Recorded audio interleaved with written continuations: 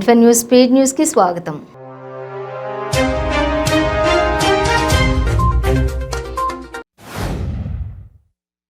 నిజామాబాద్ జిల్లా వ్యాప్తంగా భారీ వర్షాలు కురుస్తున్నాయి. బాల్కొండ మండలం జలాల్పూర్ వద్ద తాత్కాలిక వంతెన కొట్టుకుపోయింది. కమ్మర్పల్లి పోలీస్ స్టేషన్ నీటి మునిగింది. పలు కాలనీలను వరద ముంచెత్తుతోంది. వేల్పూర్ మండలం పడిగల చెరువుకు గండి పడింది. టమాటో పేరు వింటే పేద సామాన్య ప్రజలు భయపడే స్థాయికి ధర చేరుకుంది. ఒకప్పుడు కేజీ టమాటో ధర రూపాయి కంటే తక్కువ పలికే రైతులను ఆత్మహత్యల పాలు చేస్తే నేడు అదే టమాటో పంట రైతును కోటీశ్వరుడిగా మారుస్తోంది.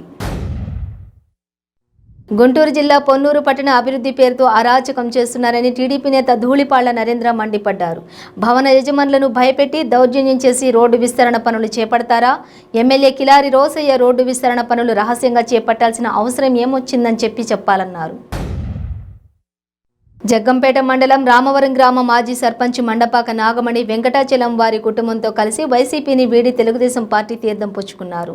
వారితో పాటు గ్రామానికి చెందిన అడబాల సత్యబాబు, మల్లిరెడ్డి రంగాజీ, మండిపాక బాబ్జీ, కొండపల్లి శివాజీ, మండిపాక అయ్యప్ప, తోట కృష్ణ తదితరులు కూడా తెలుగుదేశం పార్టీలో చేరారు. మహబూబాబాద్ జిల్లా తొర్రూరు డివిజన్ పెద్దవంగర మండలం పోచంపల్లి గ్రామంలో విషాదం నెలకొంది. వాగు దాటుతూ ఇద్దరు అన్న తమ్ముళ్లు కొట్టుకుపోయారు. మృతులు పోచంపల్లి గ్రామానికి చెందిన పిండి శ్రీను, పిండి యాకయ్యగా గుర్తించారు. పిండి శ్రీను మృతదేహం లభ్యమైంది. ఖమ్మంలోని మోతీనగర్ జనావాసాల మధ్యలోకి 14 అడుగుల భారీ కొండ చిలువ స్థానికులను భయభ్రాంతులకు గురిచేసింది. అటవీశాఖ అధికారులు కొండ చిలువను పట్టుకుని అడవిలో వదిలేశారు.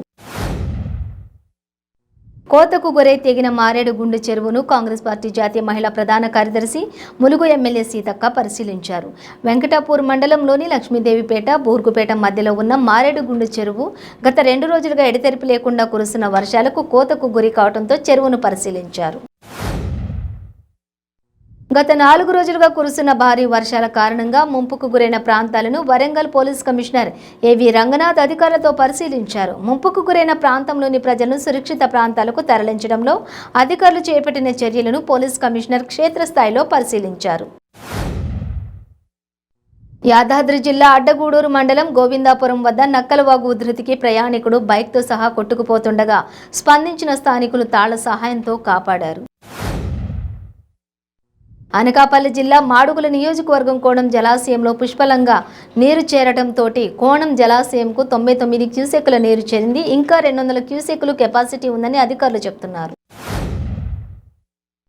ఉమ్మడి వరంగల్ జిల్లాలో వరదలు బీభత్సం సృష్టిస్తున్నాయి. ముఖ్యంగా భూపాలపల్లిలోని టేకుమట్ల మండలంలోని మొరంచపల్లి సమీప వాగు పొంగి పొర్లటంతో ఆ గ్రామం మొత్తం నీటిలో మునిగిపోయింది. పూర్తిగా గ్రామాన్ని వాగు ముంచెత్తడంతో ప్రజలు ఇండ్ల పైకప్పులపై, చెట్లపై, లారీ క్యాబిన్లపై బిక్కుబిక్కుమంటూ ప్రాణాలు కాపాడుకున్నారు. భద్రాద్రి కొత్తగూడెం జిల్లా ములకలపల్లి మండలం చాపరాలపల్లి గ్రామం నుండి కుమ్మరిపాడు గ్రామం వెళ్లే రహదారిపై పాములేరు వాగు పొంగి పొర్లుతోంది. వరద ప్రవాహానికి 2 మహిళలు కొట్టుకుపోయారు. గల్లంతైన వారిని తల్లి, కూతురుగా స్థానికులు తెలిపారు. కూతురుని కాపాడిన స్థానికులు తల్లి కోసం ముమ్మరంగా గాలింపు చర్యలు చేపట్టారు. రాష్ట్రానికి అన్ని శాఖల మంత్రి సజ్జల రామకృష్ణారెడ్డి సిబిఐని తప్పుపట్టడం సిగ్గుచేటుగా ఉందని మాజీ ఎమ్మెల్సీ అంగార రామ్మోహన్ అన్నారు. పాలకొల్లులో ఆయన కార్యాలయంలో విలేకరులతో మాట్లాడారు. వివేకానందరెడ్డి కేసులో సిబిఐ సేకరిస్తున్న కీలక సాక్ష్యాలను తట్టుకోలేక సజ్జన రామకృష్ణారెడ్డి మాట్లాడుతున్నారన్నారు. విశాఖ పోలీసులు నకిలీ నేవీ అధికారిని అరెస్ట్ చేశారు. ఉపాధి పేరుతో నిరుద్యోగుల నుంచి అక్రమంగా వసూలు చేసేందుకు ప్రయత్నించిన సత్యసూర్య చలపతి అనే వ్యక్తిని అరెస్ట్ చేసి అతని వద్ద నుంచి సెల్ ఫోన్లు, కారును పోలీసులు సీజ్ చేశారు. గత వారం రోజులుగా భారీగా వర్షం కురవడంతో రంగారెడ్డి జిల్లా రాజేంద్రనగర్ అత్తాపూర్ డివిజన్లో హైదర్గూడ దళిత బస్తీలో ఒక్కసారిగా ఇంటి గోడలు పడిపోయాయి. కూలీ పనికి వెళ్లిన తర్వాత ఒక్కసారిగా గోడ కూలి పడడంతో నిత్యావసర సరుకులతో పాటు ఇంట్లో ఉన్న వస్తువులన్నీ కూడా ధ్వంసమయ్యాయి. భద్రాద్రి కొత్తగూడెం జిల్లా బూర్గంపాడు మండలం పరిధిలోని సారపాక, రెడ్డిపాలెం, బూర్గంపాడు గ్రామాలలో ఉన్న వరి పంట, ప్రత్తి మొక్కలు, కూరగాయల మొక్కలు వరద ధాటికి పూర్తిగా ధ్వంసమయ్యాయి.